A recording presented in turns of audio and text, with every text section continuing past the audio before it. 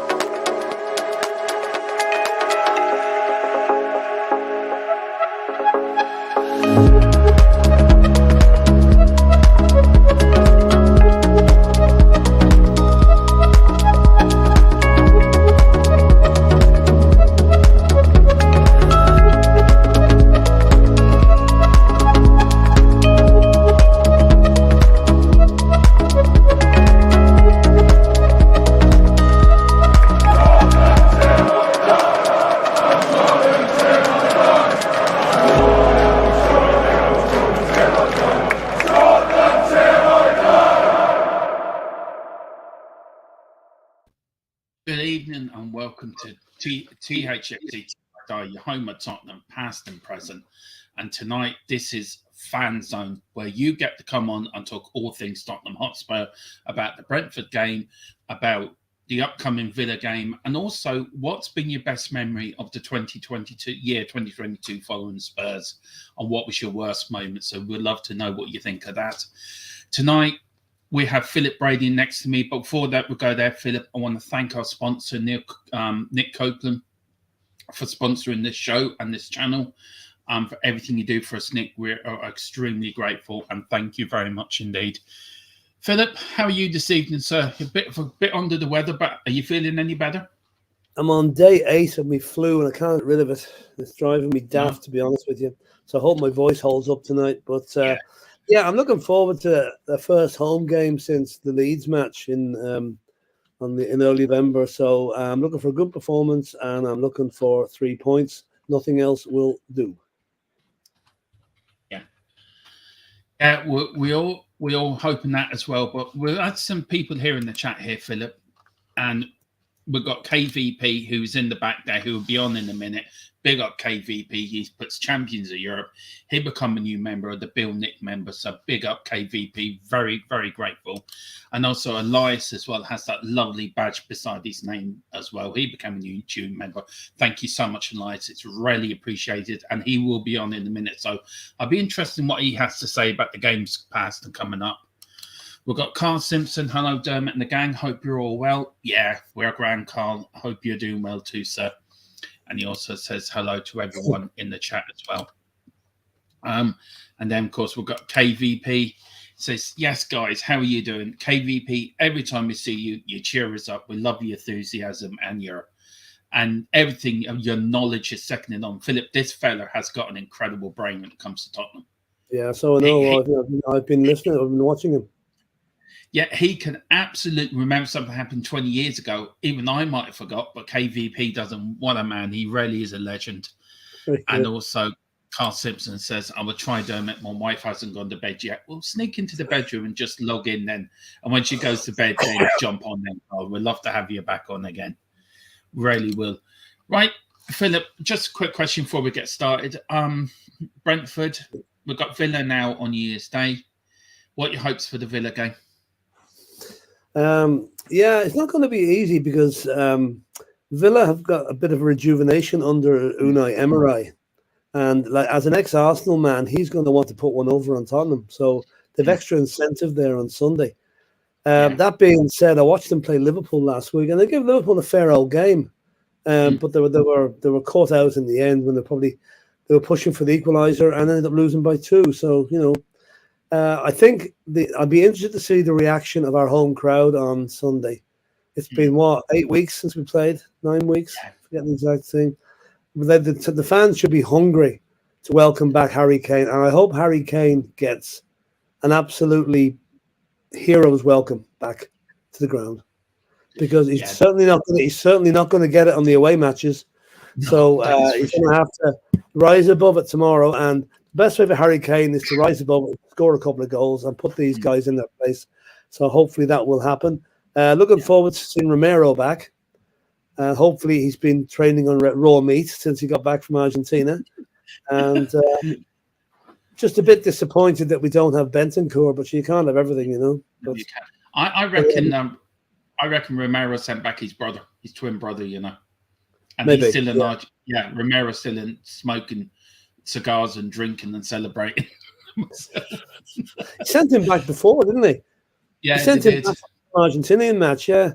He wasn't too good either. But anyway, let's hope it's different on Sunday, you know. Let's hope it's different. But big up Nick Coupland as well, and he's got that lovely badge beside his name. Big up Nick. He says evening and evening Dermot and Philip, and then Derek Hutchison as well. Good evening, gentlemen. Levy out. Look, I've said this before. I put it on Twitter today. I am on the fence. I'm not one way or the other. Look, all I want is my team to succeed, and we can do that with Conte. So let's all see how this transfer windows go. We don't know how it's going to go, and let's all remain positive. Look, everyone's entitled to their view. Everyone is entitled to their opinion, and everyone is entitled to their opinion.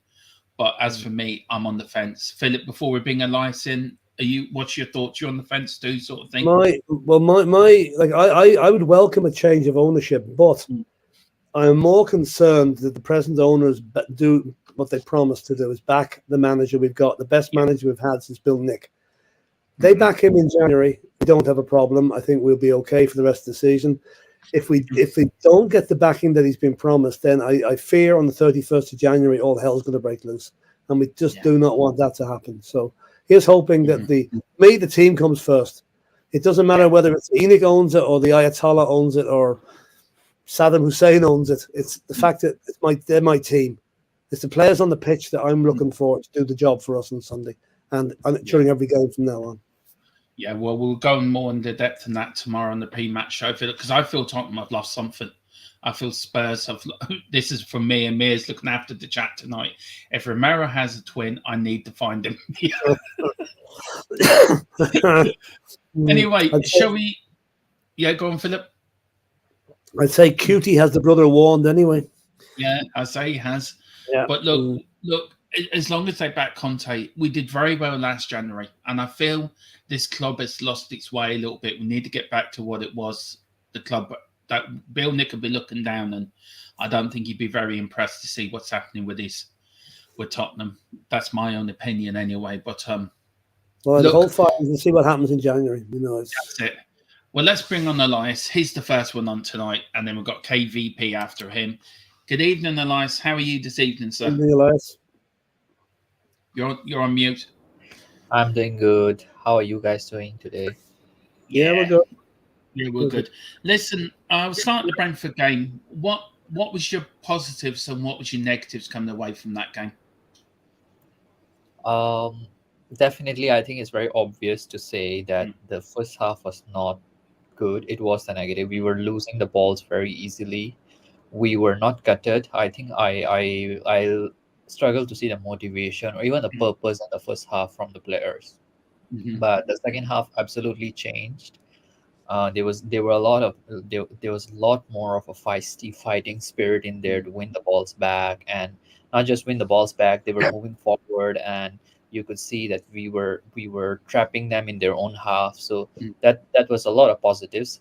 And it's sad that actually we couldn't convert it, because the way we controlled the second half, we should have won, come back home with the 3 points. But it's sad, really, that it's a draw and we only get a point, because after the second half, I think we deserve to win.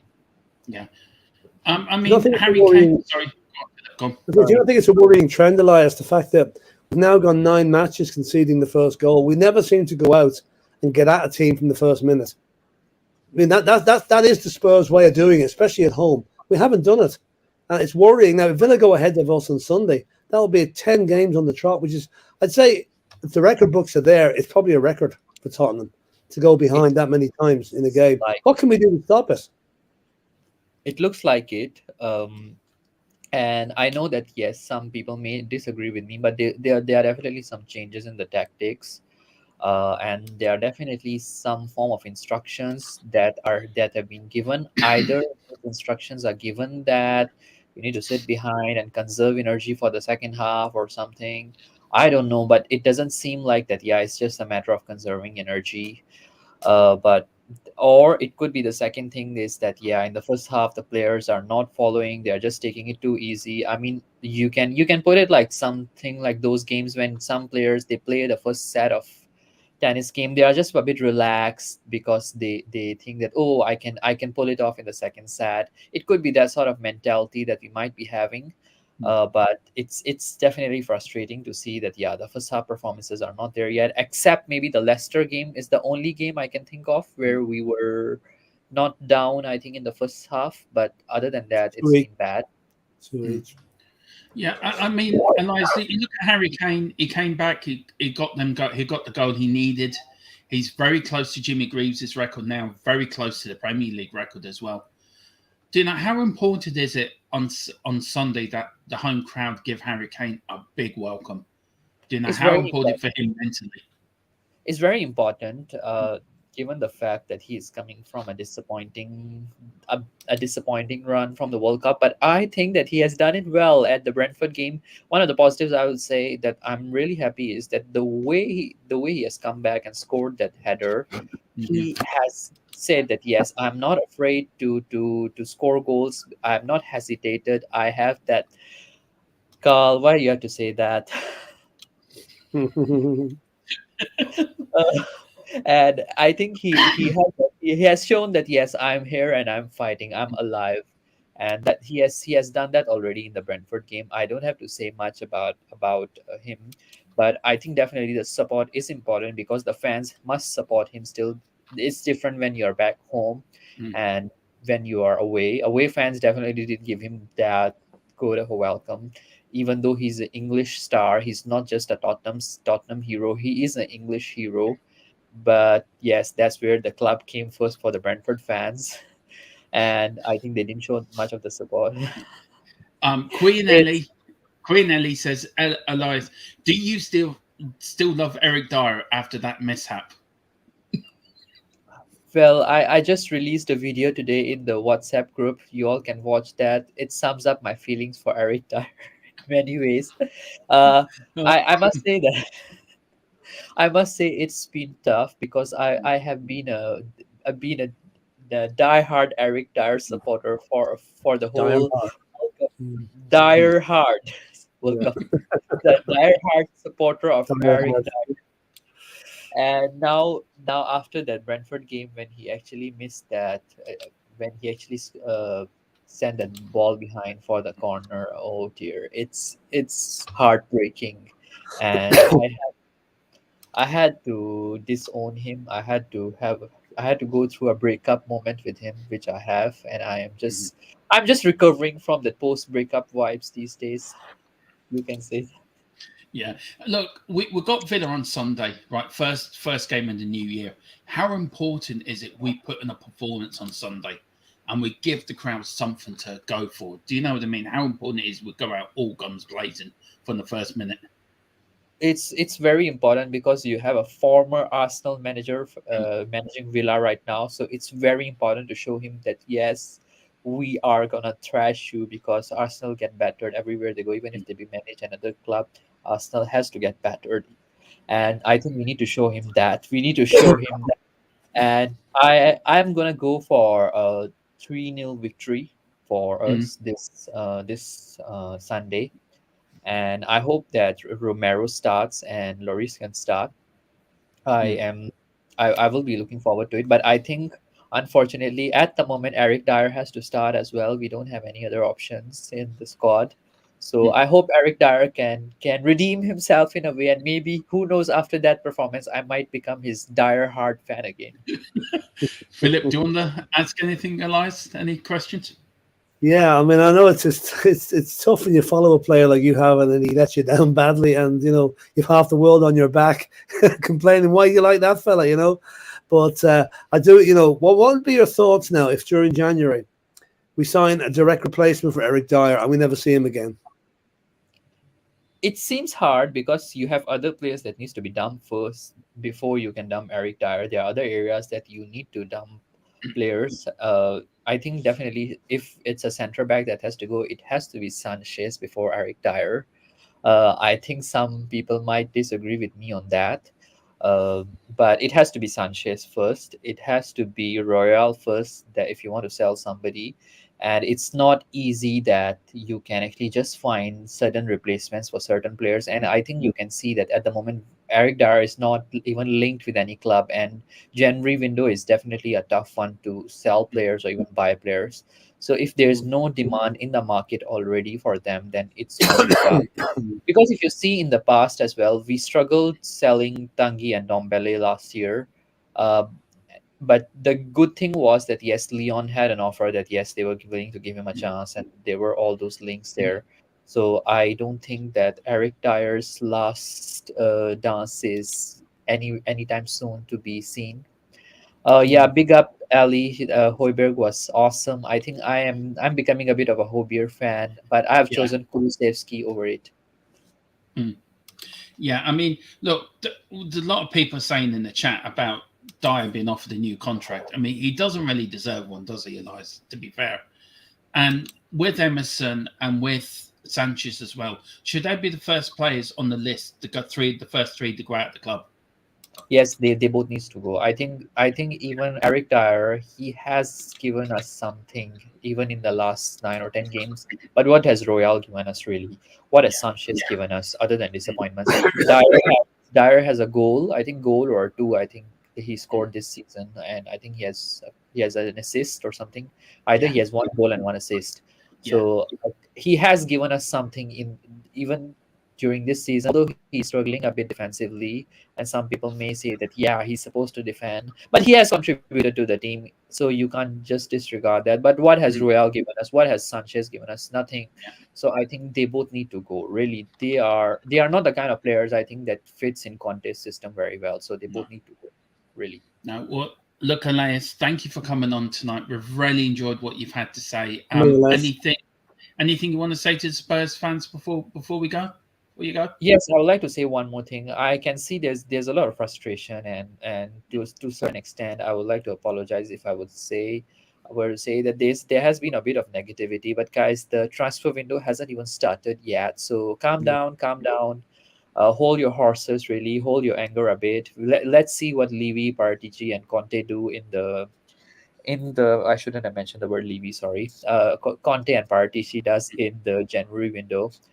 So let's see what happens, and we go from there. And I think we shouldn't be talking about protests and all that sort of stuff at this point, because at this point the what we need is we need to show our support to the players and the guys who actually play for the badge. We need to show our support to Conte before anything else. So I think let's not jump the button too fast, and let's be patient in this transfer window.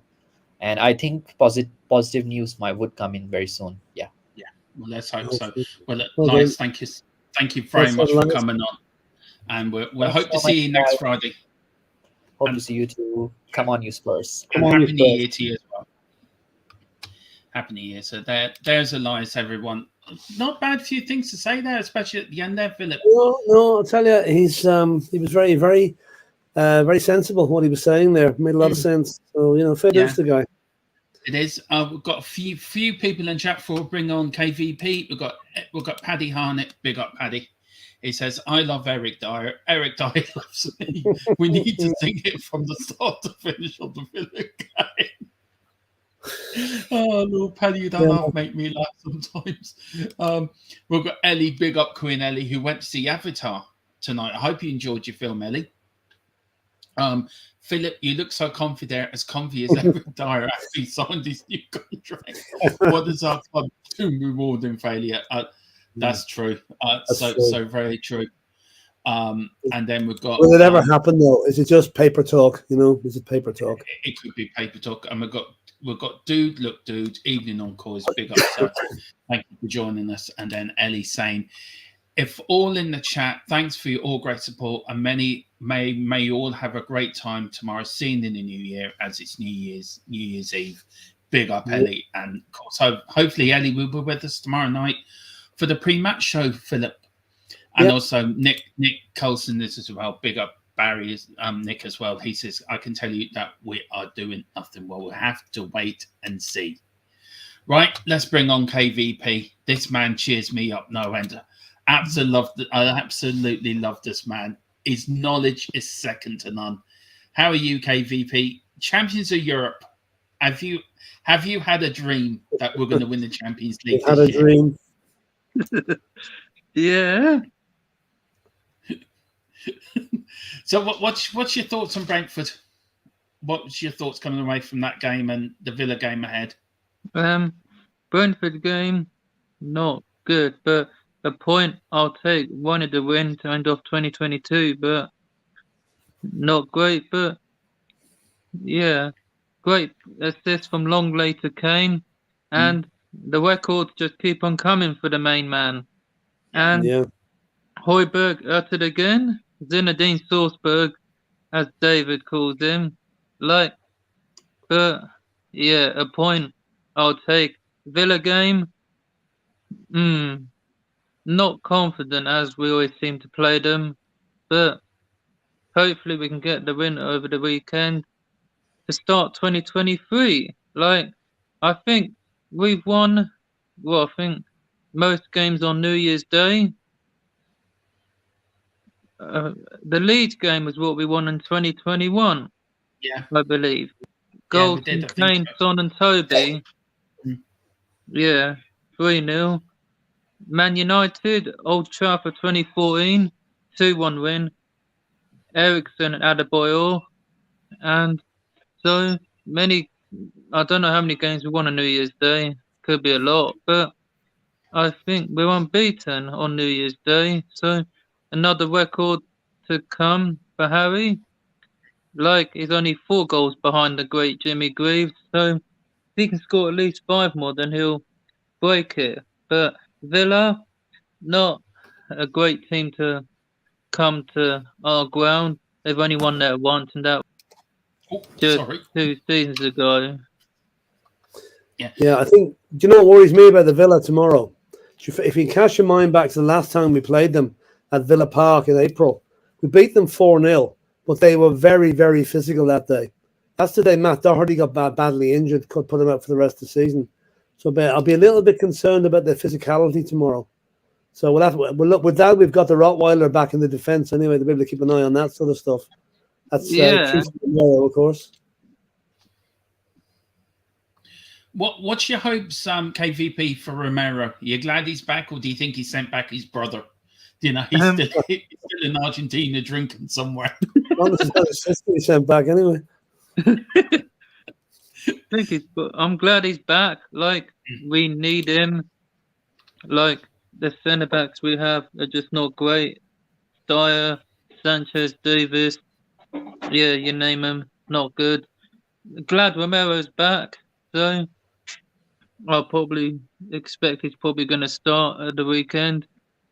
But yeah, and it's a bit of a shame Bentancur's out, because I thought he was going to be available for the Villa game, but he is injured now, still. So don't know how long he's going to be out for. Don't know when he's going to return. Hopefully he'll be back for the North London derby. Hopefully he won't miss it. But he's been brilliant, Bentancur.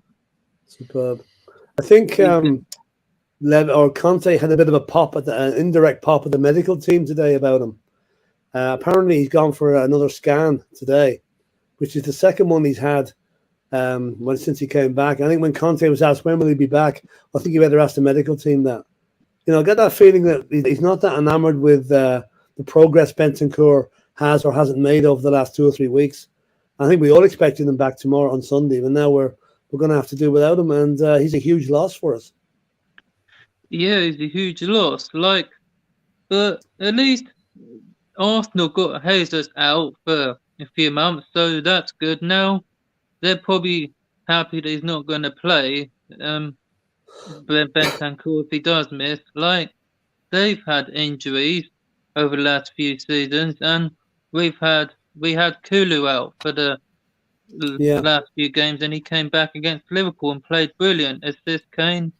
Like, if Kulu was in our team against Arsenal at the Emirates, we would have won that game. But he was injured and he was out. We still lost. But he's never lost the North London derby. He's the next Thierry Henry. He's never lost. So everyone watch him score against Arsenal, then the whole stadium will be walking. That's for sure. It's the next game ahead of us now. We've got Villa, then Palace, and then we've got Portsmouth, and then I think the Arsenal game. Yeah. How important is that for our season now going forward, KVP? I mean, how important could this make or break our season this next week? I think it's very important we get them wins before the Arsenal game. Like, it's important. It's important we get the win, and it's important we get them wins. Then we can still finish top four, but everyone's probably going to say we can't. But I still think we can get behind the team and get behind Conte. Like, I think, they're just important. Portsmouth, revenge for 2010 semi-final we lost. Palacios, I believe, was suspended for that. Right. Yeah. So it's important we get revenge. And people been asking me, can you name players who played for Tottenham and Portsmouth? I know a few who have. Jermaine Defoe was one of them. Pierre Quelch, Teddy Sheringham, Quanchar. Yeah. And the other one, who he shall not be named. Oh, the man that went to the dark side. Yeah, him. Yeah. He played for them and won the FA Cup. Like, it's important we get revenge against Portsmouth. I don't want to lose to them again after what happened the last time we played and we lost. But revenge is coming, and it's the Teddy Sheringham Harry Redknapp derby. Yeah, it certainly is. As I say, every team that Teddy Sheringham's played for, I call it a derby. And Quelch, Defoe, Quanchar, Teddy Sheringham, Redknapp, derby. So it's what I call it. But yeah, that game's going to be important for the win. Like, we haven't played them since, but I just want revenge. And then I believe, Palace on Wednesday away. They've got Vieira, the manager, who, we went there and we lost 3-0. If it wasn't for Ben Davis handball, we would have won that. But we lost 3-0. Last season we played, and we won 3-0 at home. So we've still got to play them at home as well. Yeah. So if we can get the win at their ground, then I'll be happy. But I think our away record there is actually pretty good. Like 2 draws and a few wins. The last time we won at their ground was when we had Poch, and it was 1-5 with the only goal, 1-0. So, like, that was 2018. But that's the last time we won. And the last few times have been draws and losses. So, a win there on Wednesday would be great. Villa first, I want a win. I say 3-1 Tottenham. Kane, Kulu, and Højbjerg. Yeah. I tell you, the Palace is never an easy place to go to. Their fans are manic. They really are, and they certainly don't like Tottenham. So it's going to be a bit of a baptism of fire for the team home. The first seriously noisy crowd away from home. I wouldn't class the Brentford crowd as being noisy in any way, but Palace will be different. It's interesting about this Portsmouth match. Portsmouth have sold out their 9,000 ticket allocation and looked for more and were turned down. So there's going to be one hell of a Portsmouth support there on Saturday week. Yeah, at the Tottenham Hotspur Stadium. Yeah. Like, and what was your thoughts, KVP, on Conte's comments today in the interview, saying he's not frustrated and he understands the vision of the club? What's your thoughts Big up, Chris. What's your thoughts on that? What he said? Do you think there was is there a hidden message in there somewhere? Yeah, I think so. I don't like what he said about the youngsters or something. I don't know. I don't like what he said, and I didn't like what he said about, oh, we don't need centre backs. Like, are you mad? We need centre backs. Clearly, the ones we got are not good enough. Royale's the better one, but the rest can get going. Like, they're costing us too many points. Like, all of them have been shocking. Like, well, I know Romero's had a bad season, like the rest, but yeah, centre backs is what's needed in January. Like, yeah, I don't like what he said about us not getting defenders. Not right, and more lies. But that's what we need if we want to finish top 4, and it's what I'd expect. But centre backs, yeah, definitely need some. I don't know who's available to get. Yeah, I think about not needing a centre half.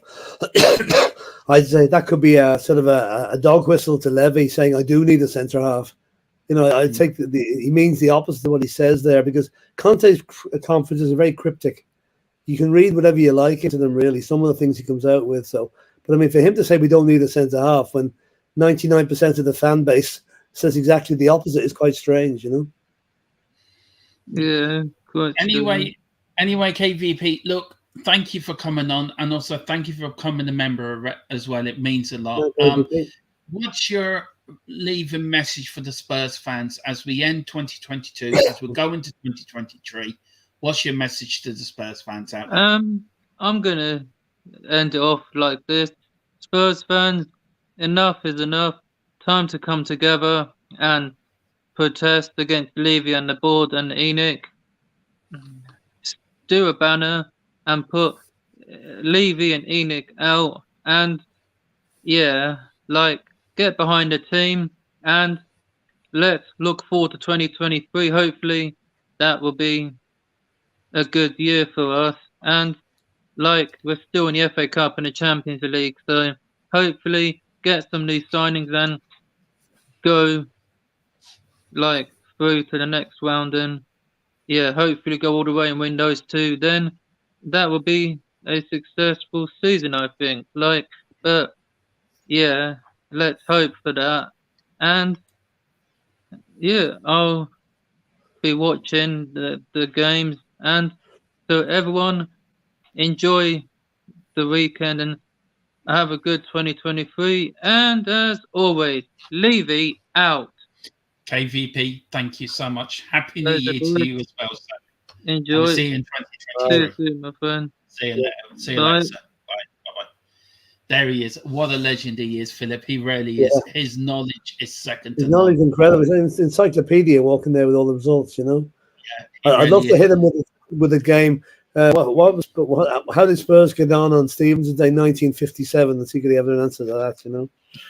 Probably. Sure, he has the answer off the back off his tongue, you know. He probably would know it as well, and the attendance and everything. He's a walking encyclopedia, that fella Philip. He really is. Just to welcome a few new people in the chat. Chris, look, the link is in the community section. Chris, hit the link, come in. Let's get you on. Hear your thoughts on it. And he says also the Godfather Philip Brady. Nick Coupland, big up Nick. He says, evening Queen Ellie. We really need an attacking midfielder. Any chance can you put the shorts and play in the 10 row behind King Kane? Can't be any worse than the Chuckle Brothers. Look, the Chuckle Brothers just need to go. Honest to God. I mean, I would call them Laurel and Hardy. I think the Chuckle Brothers is a bit of an insult to them. Laurel and Hardy just sit there, what have I done now? Honest to God. Big up, Nick. But yeah, Dyer Sanchez do have to go. We've got Chris says, Dermatron, I'm still not banned off Twitter. I give up. You're the king. That's an achievement. You must be related to Elon Musk. Yeah. Chris, I'll tell you one thing. I'm actually saying by New Year's Eve, you will be banned. You come up with something by the end of the transfer window. But big up, Chris, and I hope you're doing well, son. I hope you had a good Christmas. Ellie, Catch Dermatron and I's tribute to Pele. We did a homage and very respectful show to the King of Football, 3 times World Cup winners, 58, 62, and 70. Please, yeah. We did that last night. Philip, we didn't have you on. Quick thoughts on Pele passing away yesterday? Yeah, I mean, it's been expected for a while. He was taken really ill during the World Cup, and the fact, I think people were wondering, would he make it as far as the end of the tournament, which he did. I'm sure he wasn't too happy with the results, but anyway, he was a legend. I mean, good and mighty, the amount of goals that fella scored in his career will never, ever be surpassed. He was an absolute legend. I think he was at his peak in 1970 when Brazil won the World Cup in Mexico there. Yeah. I remember that one, and all I can say is, like, we've lost an absolute one of the top 3 footballing geniuses of all time, and Brazil are going to give him a suitably impressive send-off on Monday, I believe. He's been buried from the stadium he played his matches for Santos, and that's a lovely touch. I remember he actually played in Dublin here in about 1980 or so in an exhibition match, and they showed a bit on the news here tonight now. And when he came off at the end, the police escorted him off because all the fans just wanted to get touch him. They just wanted to get, reach out and touch him. He was just such a lovely man, and God help him. I hope he's looking down on us now. And let's just going to say to him one thing, Paddy. Can you say if you've got any prayers left, say a couple of prayers for Spurs. Yeah, a team that likes to play football the way you did. Yeah, what a genius and what a player. And may he rest in peace, Pele, the greatest player that sadly passed away yesterday. And he will get a massive send off in Brazil, that is for sure. Big up, Aaron. I haven't seen you or heard from you in a while, man. Hope you. It says Merry belated Christmas, Happy New Year, of course. And to you, Aaron. Hope you and the family are doing well. And then is that everyone in? That's everyone in.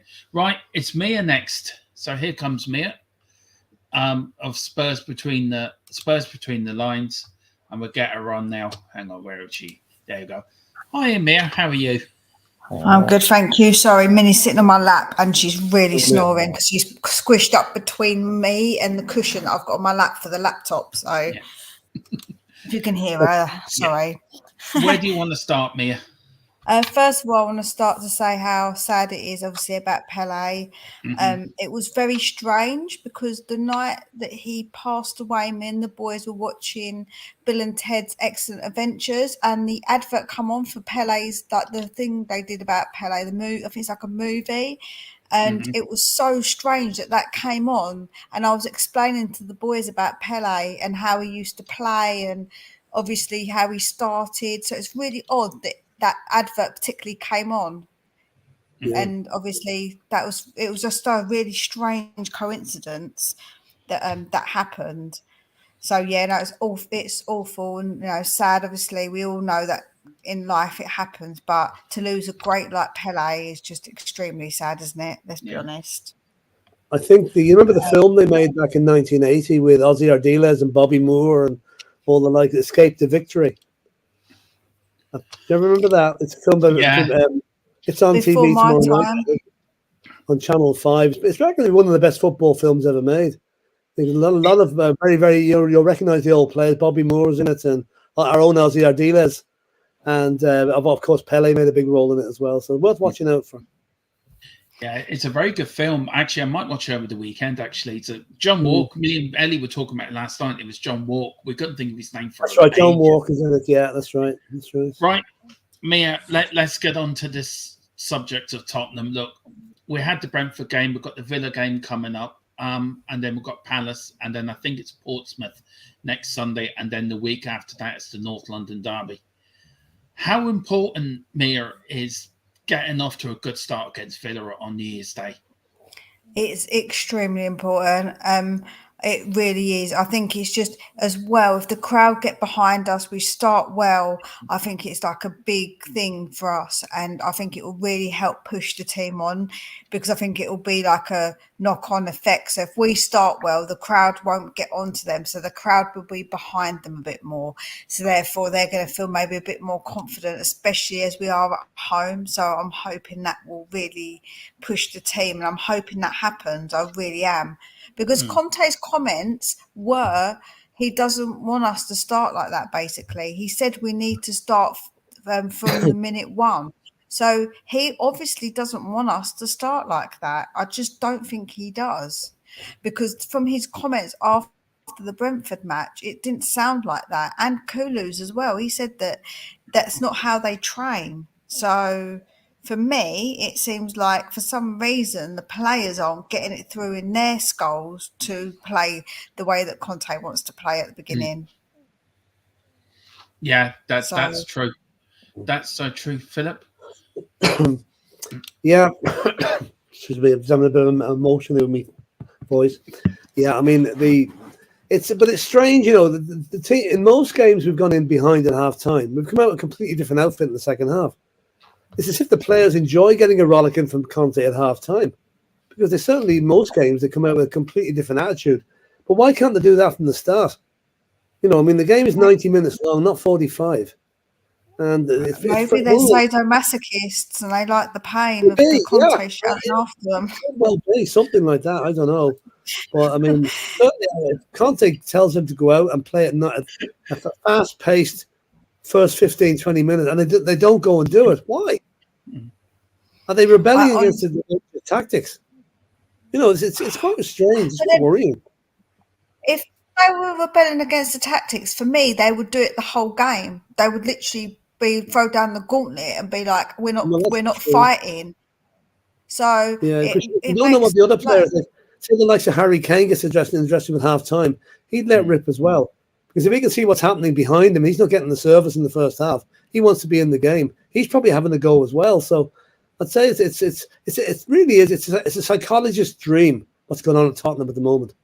I'm just wondering, do they have a sports psychologist on the books that could go in and try and get to the bottom of this? Well, I think even like the problem is that we all try and read whatever, like between everything and saying, "Oh, it could be this and that." The thing is, we never know. Like we will never know, and we can guess and surmise of what Conte says and what so and so says. It's like it's such a difficult thing. But I honestly don't think, from what Conte has said and what Kulusevski has said, that he wants us to start like that. I think the players are nervous. I think they come out a lot of the time and they are a bit worried. And they also know we've got we've got like bozos at the back at the moment because no Romero. So we've got the bozos at the back and we know that's a problem. So then we still concede goals, because if he's trying to contain us for a bit and then play, that's not going to work either because of the players that we've got. We haven't got players just to contain the game, have we? Not with the defenders that we have. So I just think that Conte doesn't want them to play like that. But I think that's the players' mentality. I think the players are worried, but they still concede goals. So it makes no difference. It makes no difference. I do not know what they're thinking, honestly. I do not know. Do you know, Mia, we've got Tweedledum and Tweedledoo at the back, right? Surely a blind man would see they cannot play. But why do we persist with the same players, Mia? And not just Tweedledum and Tweedledoo. We've got Winks now back at the club now because he's injured. We've got all these other players out on loan that may not get bought in the summer. So they could end up back at the team, back in the squad now, during the end of the season. How do we sort out this mess that we've got ourselves into, Ellie? Mia, sorry. And what would you do if you were in Paratici's shoes? If I was in Paratici's shoes, I would make sure that I got some centre backs because I know that's important. Now, see what Conte said about not needing them. I'm wondering if he's doing that because if he says he does need them, then the prices might be higher, because if you come across desperate, like you need the player, then other clubs will be like, oh, they really need them. So we're going to make them a little bit higher price. So I don't know. Is that the game that he's playing? Possibly. Mm-hmm. Maybe, possibly, I don't know. So I do think that it's obviously that is a necessity, because the thing is we played Tanganga and I know he hasn't been playing, but honestly he was a nightmare against Brentford. It was so bad. I was just like, why? Just what are you doing, man? Like, honestly, it was just terrible. So the options that we have got are just terrible as well. With no Romero to obviously help out a little bit. when the dimwits are in the back, it's really difficult, isn't it? Because like, who has he actually got that he can trust? He hasn't really got anybody. That's the problem, isn't it? No. I mean, Mia. I mean, what would you do now? You've got January transfer window opening now on the 1st. Who would you like to see us try to bring in, and where do you think we need to look? Look, we all need a centre back, but would you go for a cam as well, or would you just go for a centre back and a right wing back? What would you be doing? I think probably a centre back and a right wing back, because I feel like once Benny's back, I think that we've got a lot of players in that position, and although they're all quite similar at the moment, that's not a priority. But I think having the 2 micro penises is a problem, because like Doherty was all right against Brentford, but it wasn't great. And then you've got obviously the other micro penis who is just absolutely useless. So I think that's obviously another really important one, because of the way he likes to play with the wingers. So they need to be good and get into good positions and have like obviously finish as well, not just be in good positions. It obviously needs to lead to something, and we haven't got that at the moment, and that's hindering us, because on that side of the pitch, when they get the ball, you're like, oh great, micro penis 1 or micro penis 2 has got it, fantastic, we're not going to get anywhere. So it's not, and there's not any point to it. So I think that side is quite important to be able to kind of like push on when that he likes to play. Yeah, that's so true, Mia. Look, we need desperately a good window. I mean, we rarely do. Philip, do you want to ask me or anything? Yeah, well, I'm just going to comment about needing a right wing back. Like you see, Pedro Porro was supposed to have a release clause of 45 million, and his team are saying no way is he moving for less than that. So we probably offered 25 or something. But my worry there is Chelsea. Reece James got injured again the other night. And Chelsea are buying players for fun, and regardless, there's no regard to the financial fair play. So I can see Chelsea just coming along and paying the full whack for that guy, just to have him in the squad and to keep him away from the rivals like us.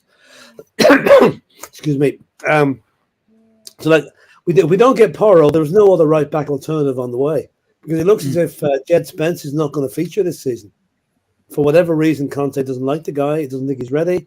Doesn't think he didn't want him in the first place, which would appear to be the case. So my shopping list for this week this month would obviously be a centre back. That's gotta be done. A right wing back, but we need a creative midfielder. Now we're supposed to have offered 15 million for Frank Kessie of Barcelona, who would fit the bill admirably. But now I hear they're supposed to be in from Milan, they're supposed to be in from. So what do? You if you don't bid the asking price now, you're going to get beaten to the punch by other teams that are prepared to pay the odds. So I can see a lot of heroic failures this window, but let's hope that we do get some of them over the line.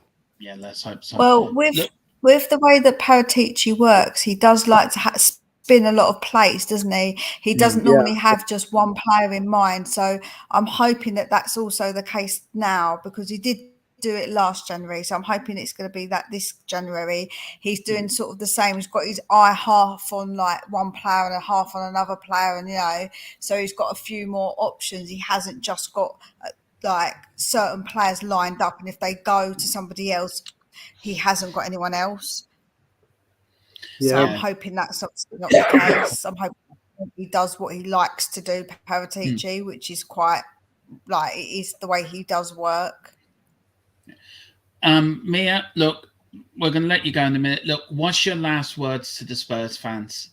Have you got anything positive you can give them? Because, look, for me, Tottenham has always been a family club. It's always been a good club. Do you know what I mean? It's always been that team that you could. It's always been a sensible club. So what hope are you going to give to certain Spurs fans who are not on the Levy out side of the fan base, but just like myself in the middle, sort of, seeing what happens with Conte? What hope can you give fans that we could have a good job? I would say that if we're going by obviously past, people are going to be like, well, in the past he didn't do this. In the past he wasn't backing this manager, Levy. But what I would say is that in the January last year, we got Kulu and we got Bentancur. And in the summer, some people say he wasn't backed. Other people's opinions, he was backed. I think he was. I think he was mostly backed because he got Longley, which I think is his player. He got Perisic, which I believe is his player. I believe Basuma, although didn't play him, I think he is a player that he feels he can develop. So I do think he got players.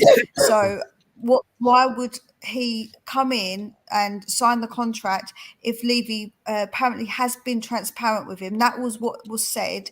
He has been transparent with him. So why would Conte sign a deal if he didn't think that Levy wasn't going to do that? And so far, in my opinion, he has. So I don't think that he's not going to give him players, but it's obviously about giving him the correct players that he wants. So that's the most important thing. It's not about how much they spend. It's about getting the players in that Conte wants. That's what we need. We need Conte to be happy. Therefore, he has to get his players. So for me, we have to look at that and concentrate on that more, not on money, not on other parts. We have to just wait and see. And because Paratici is, he is known for, like I say, spinning a lot of plates. So we keep hearing all these rumours about this player and this player, and everyone's saying, if we don't move quick enough, we're not going to get them. But he might have other players in the pipeline that might be better overall anyway. So we just got to wait and see. I don't think everyone's jumping the gun a little bit. Everyone's kind of quick ahead to say it's not going to happen, blah blah. Well, we don't know yet, so I think we need to just wait and see. And if it doesn't happen, it's on Levy's head and it's on Enix's head 100%. And I will 100% say that here now. You can clip it up. I will say that, and I will stick to my guns because I'm not the sort of person that goes back on my word.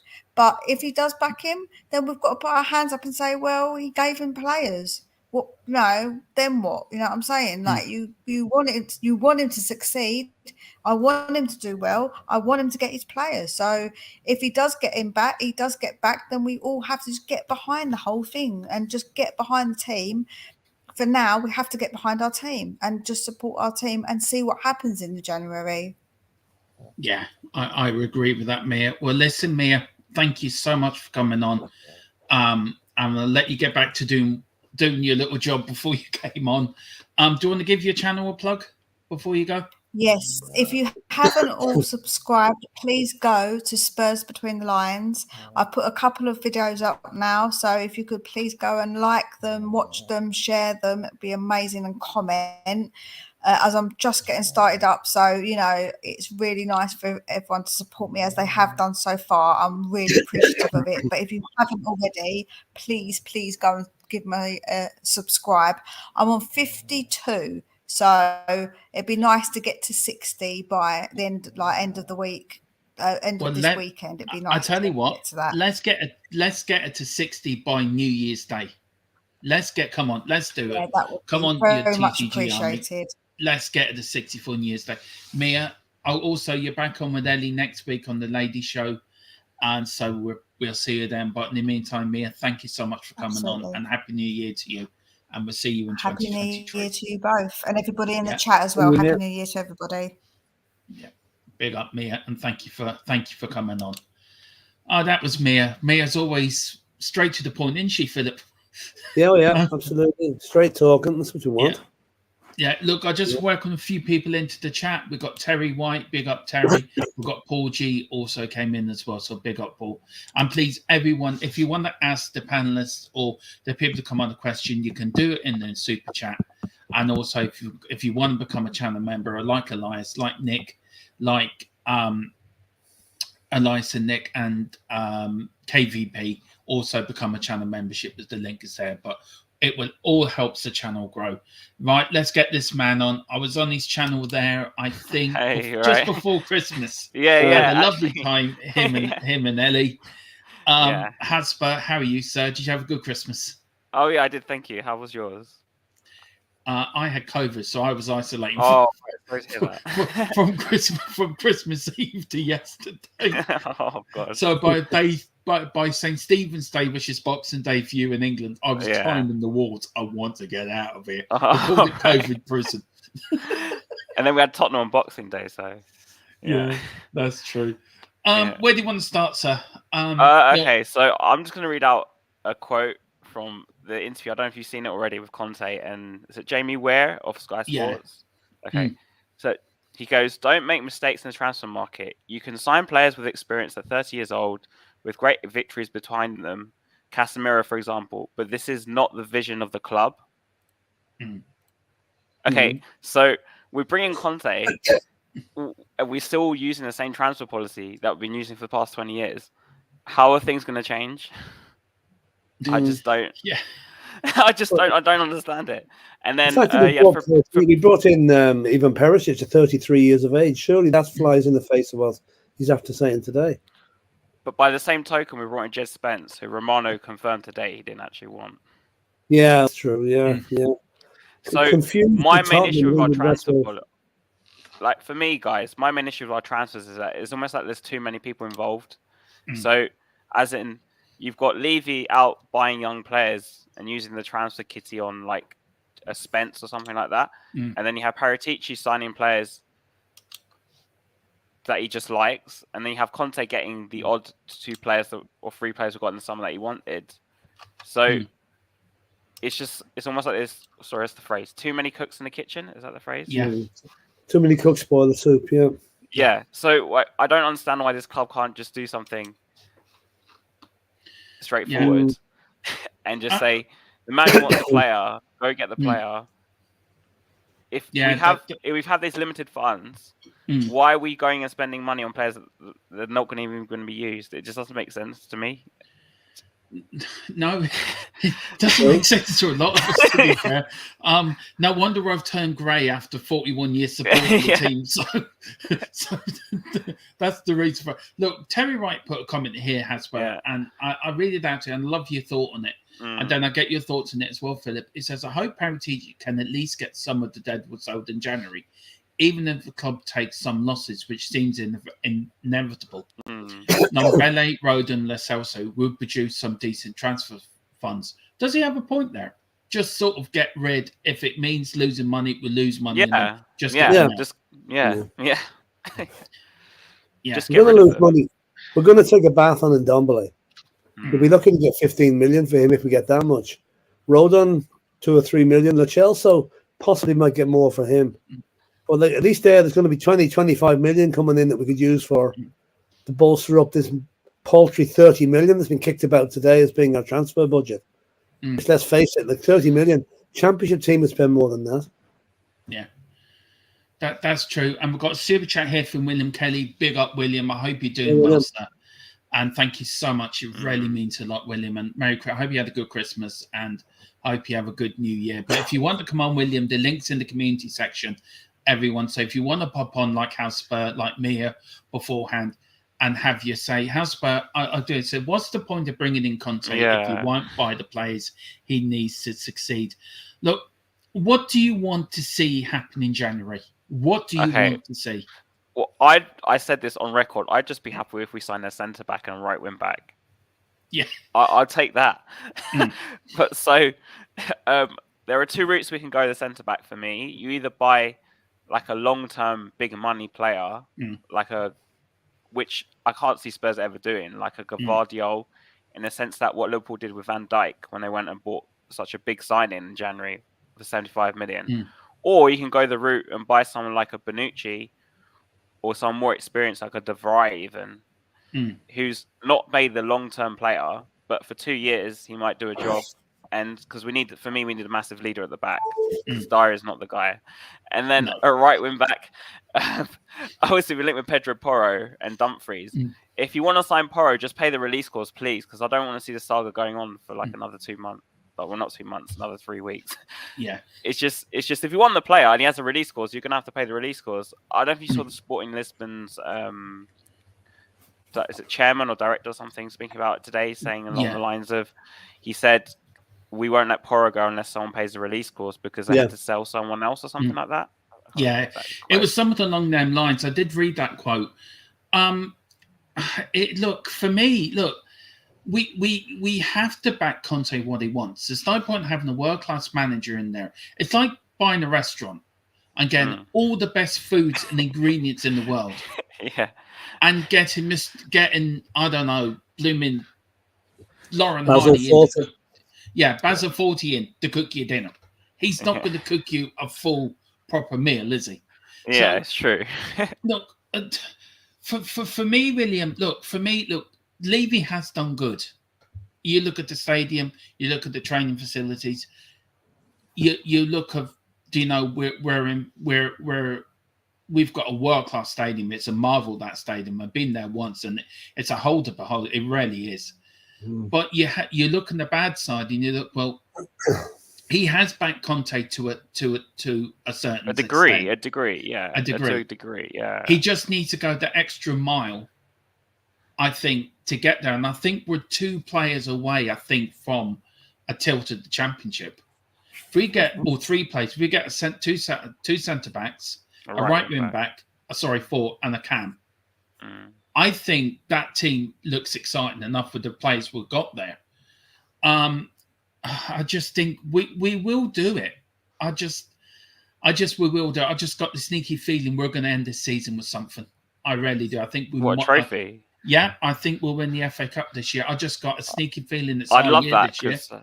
Because I haven't seen anything since 08. So. Yeah, well, it's 35 years since we last won the thing, so I just got this feeling it's our year this year. So, do you mind bringing Elias's comment? Yeah, I will do. I just want to get Philip. Anything on Philip, on William Kelly's points, Philip? Do you want to? Oh well, no, he's absolutely right. I mean, as you say, it's you spend a fortune on the infrastructure, and then you go cheapy. You're advertising for unqualified staff to run your restaurant. So, and you will not survive doing that. So, Conte has to be backed. He has to I'll be give backed. an example of, I literally thought off the top of my head. So there's this restaurant that I've been to a lot of times. Now, initially, when that restaurant opened, they employed all these, this is no offense, I'm actually young myself, all these young, inexperienced people. And then it didn't start very well at all. And then it took them like a month or two, and they finally decided to actually pay more money to get better staff. And now the restaurant's actually like decent. Yeah, I'm going to say which restaurant it is because it does. No, it makes perfect sense though. It really does. But it's just an example I thought off the top of my head. Yeah, it makes perfect sense. And look, Philip, you can remember the good old days. You can remember when we had teams to be proud of. I can in the 80s. Yeah. And when we had the team in 91. Look, William is spot on. You got Conte. You need to back him. So big up William Kelly for the super chat.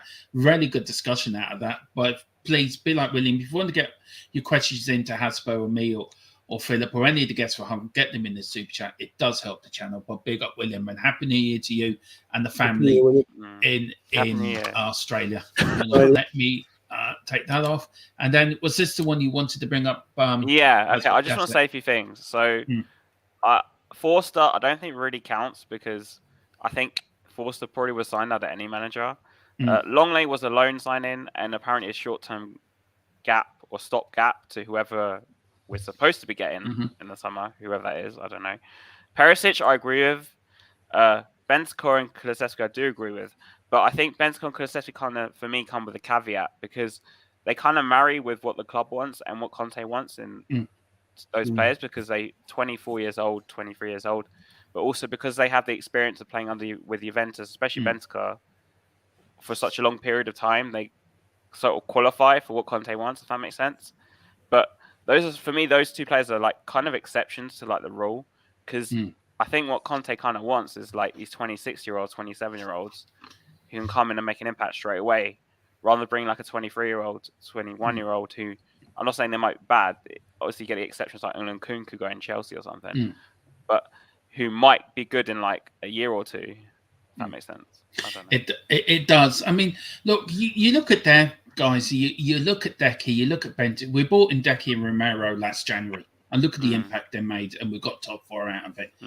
We don't have to go mad and buy 4, 5, 6 players. Yeah, as I said, I'll take 2 decent players would do. Yeah. And do you think do you think, I'll start with you, and this has been then go to you, Philip. Do you think that if we get the two right players that we need, that Conte will sign that contract knowing, look, he is going to be back properly in the summer? Or do you think now it's gone past that point where Conte says, look, whatever happens, if I am going to leave, I'm leaving at the season? I think we're talking last chance saloon for Levy in Conte's eyes. After, because obviously, as a Levy out person, I've been voicing the past few days, as you know, it's kind of blown up again. But and obviously, it's easy for us fans to say stuff about the transfer policy, which is for me the biggest problem because it's not flexible. And because I have nothing against signing young players as such, but you kind of have to buy experienced players that are going to come and make an impact now at the same time. But at the same time, the manager has to approve all of them. You can't just sign someone like Spence behind the manager's back. But once Conte came out and did this interview, I kind of swayed towards the fact that this is like Levy's last chance. Because for him to mention the vision of the club is kind of like a big thing. To say the vision of the club doesn't sort of align to what he wants, it's kind of worrying. It does. It does. So look, I'll start with you. I'll start this one here from Nick. This is before we get to your super chat. William, Nick says, pick up. There's a lot of cooking terms flying around tonight. I'm a master pastry chef. Please keep it clean. Big up, Nick, and also big up to Nick. He is our channel sponsor, so big up, Nick, and thank you for everything you do for the channel. William Kelly here with the super chat, and I'll start. Philip, do you want to read it out, Philip, and get your first thoughts on it? Yeah, I think we will also win a trophy this year, but January is key to everything. No point having a beautiful house and no furniture. Well, that's getting away from the restaurant bit anyway. Unless, of course, it'll be a restaurant with no tables. Yeah, I mean, I think the writing is on the wall at the moment. If Conte does not get a semblance of what he's looking for in January, he will see out the season and then quietly walk away on the 1st of July or whenever his contract's up. That's going to be the scenario. Now, if he is backed and gets, I'm not going to say he's going to get everybody he's looking for, but if he decides that Levy has kept his side of the bargain, then he will sign a new contract. And that's when we can really start to go for things. So the next 6 months are absolutely crucial. The next month is absolutely crucial as far as Daniel Levy's concerned, is to keep the manager happy, keep him in his job, and not make himself what will basically be a laughing stock in July if Conte walks away, because yet again, Daniel Levy did not back the manager. That would be an absolute tragedy for Spurs. But you just know, though, that they're going to bring Poch back if Conte goes. Well, I don't know. I mean, Poch is coming back. Not that I want him back. I'm just saying. If he does come back, though, he's coming back to 5 or 6 of the players that got rid of him in the first place, and that does not make sense. If Poch is ever going to come back, it's going to be when all those players have gone off the books. There's no way he's going to come back to that baggage, in my opinion. The only reason I kind of disagree with that is that he spends a lot of time, for example, people like Ozzy Ideas and people like that who are quite close to Spurs. So I think it's probably a lot closer than people think. And I don't know if you remember back in Martin Jol days. So one day Ramos was essentially lined up to replace him probably like a month before. So I really think discussions have already been had. Personally, that's just what my take. I'm not saying it's going to happen, but it just wouldn't surprise me if they gave him a nudge. Yeah. I mean, it's very disrespectful to Conte if they're already talking. I know. I'm not saying it's true, by the way. I'm just saying just based. No, but if it is, if there's a semblance of truth to it. Yeah. But it happened on the Poch with Mourinho as well. Yeah, exactly. Yeah, so Levy has a history of doing this. Yeah. So. Well, look. For me, I think we will win a trophy. Look, I agree what that's a Poch quote as well, and I agree what William is saying. It's no point buying a house with no furniture in it. We've got to do it this window. Look, I think we will. I think we will get the players in we need. I think Conte will be backed. I may be in a minority here, but that's my own opinion and how I feel. I think Conte is too big of a name to let go. He's too big of a manager. This is too good of an opportunity to let it slip through Levy's fingers. And I think he will be backed, and I think he will get the players he needs. Now, who their players are, we don't know. Where we will go back to Juventus again to get another couple of players from them because they're looking to sell players. Inter Milan need to sell as well. Italian football isn't great financially at the moment. No, it's not. So No. are the deals to be made in that Italian market for Paratici, for Conte to go, look, and players will come because Conte is the manager. That's the thing. So I think myself, Conte is waiting to the end of January. If we do back him, he'll sign that contract on the 1st of February. But the caveat with that is that Conte is kind of manager who's quite volatile. So it's not like we can just back him just in January. Like if he's going to stay on the long term, say 3-4 years, he's going to want to see players every window. I'm not saying he needs like 10 players every window, but he's going to want like 1 or 2 in the January and maybe like 2 or 3 in the summer. He'll be looking for a rolling commitment from years, Levy. for example. Yeah. He'll be looking for a rolling commitment from Levy. Right, Daniel. Give me what I want this January. Right. Next July window, phase 2. Who are you going to how are you going to back me in phase 2? So I can. Let's face it. Conte holds the aces. He can play Levy if like a game of cards. And if Levy calls his bluff, that's the only danger. You know.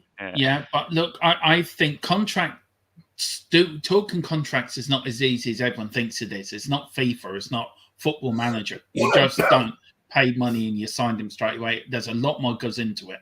And especially with Conte, there's a lot more detail. So, look, they should have done it over the World Cup, but with Conte being away on holiday, coming back, trying to get the players ready for Brentford for the start of the Christmas period, I just think if we have a good window by the 1st of February, I think there could be an announcement. Conte signed a new 2-year contract, or Tottenham may do this 1-year deal. They've got that. I was going to say they have the option, don't they?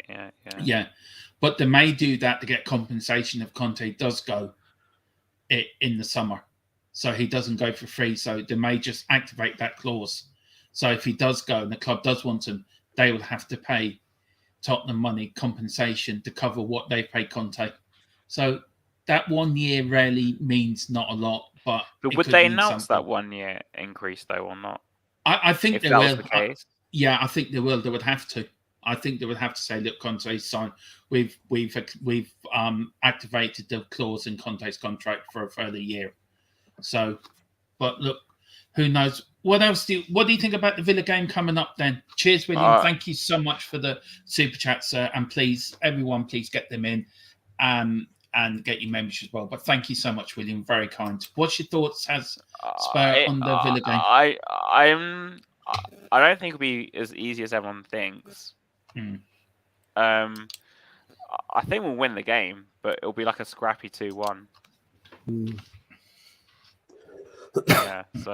Yeah, it's going to be tight. I mean, Villa, they've got an ex-Arsenal manager, as we've discussed already, and they've got Danny Ings playing for them. They've got Tyrone, Mings at the back, who's a decent player, and they've got that Watkins fellow who's decent enough to give our centre-backs a bit of a hassle. So not be an easy match at all. We need to get at, but I say we need to get at them from the very, very start. And Emi Martinez, I mean, he's going to be in goal for them. So, well, he deserves to get it. The more than Harry Kane deserves to get doesn't deserve it, but gets a bit of ribbing. We should be giving him lots of ribbing for his antics after the World Cup final. I must confess, though, I actually really want him to sign for Spurs. Martinez. Not much chance of that, wouldn't he? But you say that, but apparently he really doesn't like Arteta, so that's what I've been told. Can you imagine him? Mother doesn't like Arteta. I just can imagine him like giving it to the Arsenal at the North London derby. That's what I want to see. I still can't get over the gesture he made when he picked up his trophy. I tell you, who would you like to see actually in as a goalkeeper? Has Spur? I mean, I like the Irish keeper Bazunu, who plays for Southampton. Yeah. We've seen him a few times for Ireland. His distribution, it's absolutely fantastic. Who would you like to see? I've heard Henderson being mentioned. I've heard Nick Pope being mentioned. Who would you like to see? I think we missed out on that chance on Nick Pope. Now he's at Newcastle. He's not going to leave.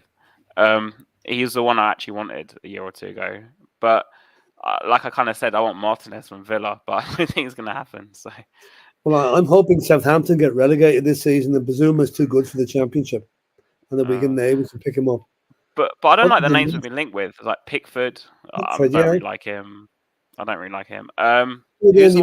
Wolves one's all right.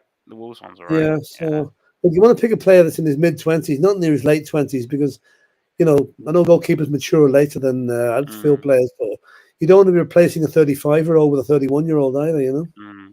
Because Oblak was another name I think they mentioned. Yeah, he's a good keeper. Yeah. He's a good keeper. That's for the summer though. Hugo's another year left, so that'll be looked after. That's on Conte's shopping list for the summer, I would say. Yeah, not now. No, not this But one, you know. Levy said that every penny generated would be put back into the club. So where's the money gone? That's a good question, actually. Yeah, I don't know. well, that's a very good question. I mean, I wish I could answer that. The extracurricular activity, the money is coming in from the rock concerts, from the boxing. I mean, that like he makes millions every night. That stadium's let out to somebody else. I'll just read out this super chat from William. So it goes and Poch comes in, then you know for sure that managers will never get back properly under this ownership. But I think we are in a sliding doors moment, and January is key to everything. Absolutely spot on, William. That's exactly it. January is the key to our success or otherwise. Whether we keep up with the likes of Liverpool and Newcastle, who are now becoming a force, or we slide back into that group just behind the top six. And we don't want to be in there because getting to that group one way, it's very, very difficult to get out of it. Very difficult. We were there long enough, 80s and 90s. Problem is, you've got Newcastle, City, and Arsenal, who for me are nailed on top four. So it's 4 teams now for me fighting for one spot. I don't think anything's nailed on at the minute. I mean, there's 23 matches to go. A lot can happen in those games. The one thing I'll say with Newcastle, though, is they're playing 1 game a week. And then Arsenal, I hate to say it, but Arsenal they just look different class this year. And they're going to buy in January. And then you got City, obviously. It's Man City. So it's going to be really tough. Yeah. January's going to tell us we play City twice and Arsenal in January. So if we can get 6 points out of 9 there, we'll be doing very well. I think City's midweek. I might be wrong. I think one of the City games. Yeah, I think it is. Yeah. Look. For me, if Poch does come back in, I think that would be a backward step anyway. We've got a manager who can win stuff, so let's back him. Let's absolutely back him in January. But big up William Kelly for the super chat as well. Thank you so much. Really, really appreciate it. Anything else you want to talk about, Hotspur? No, I think that's about it, really. Yeah. Just if you guys haven't subscribed to this channel yet, I think last time I checked, you need 1 more subscriber to hit 1,000. So please subscribe to the channel. Seem to get to over 1,000, and then we jump below, and then we're like a yo-yo at the moment. All right, okay, sorry. So I went today, and I was like, why is it 999? Just someone subscribe to it to make it 1,000. Oh no, 666. I'm going to it now. I'm just about to push you over the 1,000 here now. Okay. Okay, thanks. Okay, so what about you? About your channel, what you got coming up, sir? So I'm on 195. So 5 people, please subscribe to my channel to make 200 before New Year's, please. So today, actually, I was moderating Sava's channel, which is quite surprising. I was actually, you're gonna laugh at this. I was running someone else's channel, but it's a Chelsea fan channel, but it was like a rewards of the year sort of thing. So we're talking about Ballon d'Or players, young player of the year, that sort of thing was quite fun. But obviously with the transfer window coming up, I'll probably do some transfer content on my channel, talking about random players we get linked with. So in general, I'll do match previews, match reviews, and that sort of thing. So yeah. Well, Hasper, thank you so much for coming. I'm really enjoyed the chat with you. Yeah. No, enjoyed it. And we're on. This show's on every Friday, so please come back next week and we'll get your thoughts after the Villa game and your pre-thoughts for the FA Cup game. So come on, you Spurs. But thank you for coming on, Hasper. That's okay. Take care. I'm trying to find your channel here. I'll subscribe to you now in a minute. Thank you. Please, everyone, let's get Hasper up to 200 before New Year's Day. I think please. We can do that. Good man yourself, Hasper. Thank you for coming on. Bye-bye. Bye. Well, Philip, it doesn't look like we've got nobody else in the background, but I think I'm going to have to substitute it because my throat is just raw at the moment. So we've got Mia in the background anyway to come on and come on as a substitute. I enjoyed that. Very good chat. And we'll see you tomorrow for the run up to the Villa game.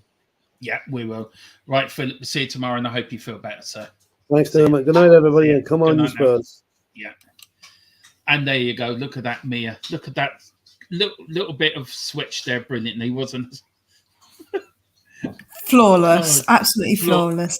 That was flawless. That's what you get. Look, we're still the link's still in the chat in the community section. So if anybody wants to hit that link and come on, and have your say, what have you from what you heard tonight, Mia? And William Kelly has become a new YouTube bandit. Thank you so much, William. That means very much. Big up, William. And if you want to be like William with the badge beside his name, hit on that membership. And also, if you want to send in the super chat a question from myself or Mia and the guests that come on, you can put them in as well. It really does help the channel grow. So thank you so much, William. Really appreciate it. What were you going to say, Ellie? Mia, sorry. Yeah, it's obviously very interesting, isn't it? Obviously, listening to what Hasper had to say. Obviously, his point of view is slightly different to mine, but it's always good to listen to other people's point of view. And I do understand where he's coming from, in parts of it. Obviously, it's a tricky one, like I said before, with the whole Conte being backed, not being backed. Like, was he backed? And some people say he wasn't. And the problem is, things are subjective, and if it's a subjective view, we're always going to have somebody who's not going to agree. So therefore, nobody's going to be happy all of the time because the things are subjective. So that's the problem, isn't it? And it's also perspective of things, your perspective and what you are thinking that are your aims in your head, what you expect are different from other people's. It's subjective, so that makes it very difficult for everybody to be like, I'm 100% happy about it, you know. Yeah, we've got a super chat in here from Aaron Dubb. Cheers, Aaron. Thank you so much. He says best wishes for the new year and Spurs and the Dubs. Yeah, well, let's hope Dublin won't win the All-Ireland this year, and Mayo actually finally win it this year now, and we beat the Dubs in the final. Because you've beaten us twice in 2 All-Ireland finals and the semi-final. So I think we owe you one. But big up, Aaron. Thank you so much indeed for the super chat. Really appreciate it, sir. Thank you so much. And then Andrew Gregory, big up Andrew as well, who's just popped in. He said, Happy New Year, Ellie, and Happy New Year to everyone. I think we'll end it there, Mia. I don't think anybody else is going to pop on. We are back tomorrow with the pre-match show, and we're on at 5 o'clock, I think. And we'll end off with this. It says, please, let's win a trophy. Please, Jesus, Mary, Joseph, and as I always put, the wee donkey. Ellie knows about that joke. That's a private joke between me. And then Aaron's put, you never beat the Dublin. Oh, Jesus. I tell you, if Mayo and Dublin get together, Aaron, I think we'll have to meet in the pub somewhere and watch that final. I think we'll have to. I think we really do. Look, if anybody else does want to come on with a few more minutes before we pop up, hit that link in the community section. Come on, be the last guest, and we'll get your thoughts on the games. Mia, look, we've got Villa coming up. We've got Palace, and then we've got Portsmouth, and then we've got this big London derby coming up. How important do you think, Mia, is this week, this month, but especially this week in the season of Tottenham, and also for Conte as well as the manager? Yeah, I do think it is important. We really do have to get those points on the board, and I think that will ease the pressure a little bit on Conte, because there's still people, again, they're not happy with Conte, so it's again subjective, because people who don't like Conte don't care if you don't get backed, because they don't want Conte anyway, regardless. So there you've got the people who don't want Conte, you've got people who do want Conte. It's like quite difficult, but I do think that it'd be good for him to have for us to have a good few games, and also not to concede first, or to concede. Clean sheet would be real nice. Like I said it on my channel, just a clean sheet would be really nice. Thank you very much. I don't know what a clean sheet, Mia, would be like winning the World Cup. That's what a clean sheet would mean for us. But look, it would be lovely. I feel like a bit like Oliver, like, please, sir, can I have some more? Like, please, can I have some a clean sheet? Please. Pretty please. That's what I feel like. And look, we've got Paul Pablo here. we got Happy New Year, Dermot. Happy New Year to you, Paul. And listen, before we go, I want to thank everybody who's helped this channel this year. I want to thank Philip, Brady, Ellie, yourself, Mia. I want to thank like Mark and the people, and Izan as well, who will be coming back with his own shows in the new year. And especially the people that have subscribed and the people that have like given their time to help us grow, and to the people sending the memberships and the super chats, and especially also to Nick Coupland as well, who's now sponsoring the channel. When I started this channel, I never dreamed I would get here. So for me, I want to personally thank everybody, but my special thanks goes to the people that I do the channel with every day, and that's Ellie, Philip, and yourself, Mia, and Izan. I could not have picked 4 better people to do a channel with than I have done. And look, we all work together. We all work hard as each other, putting the shows on for you and everything. So I want to say thank you to everybody who's made this year probably the best year of my life on this channel. And look, it's onwards and upwards. And again, I want to thank Nick for doing what he's doing and believing in us. And that's what it's about. We all believe. We all believe in our channel, and Nick's just giving us that belief that he believes in us, and I want to thank everyone who's made this possible. So Happy New Year to everyone. Let's have a wonderful New Year's Eve. Let's start with a win on New Year's Day against Villa, and let's kick ass this season, because Spurs can be successful.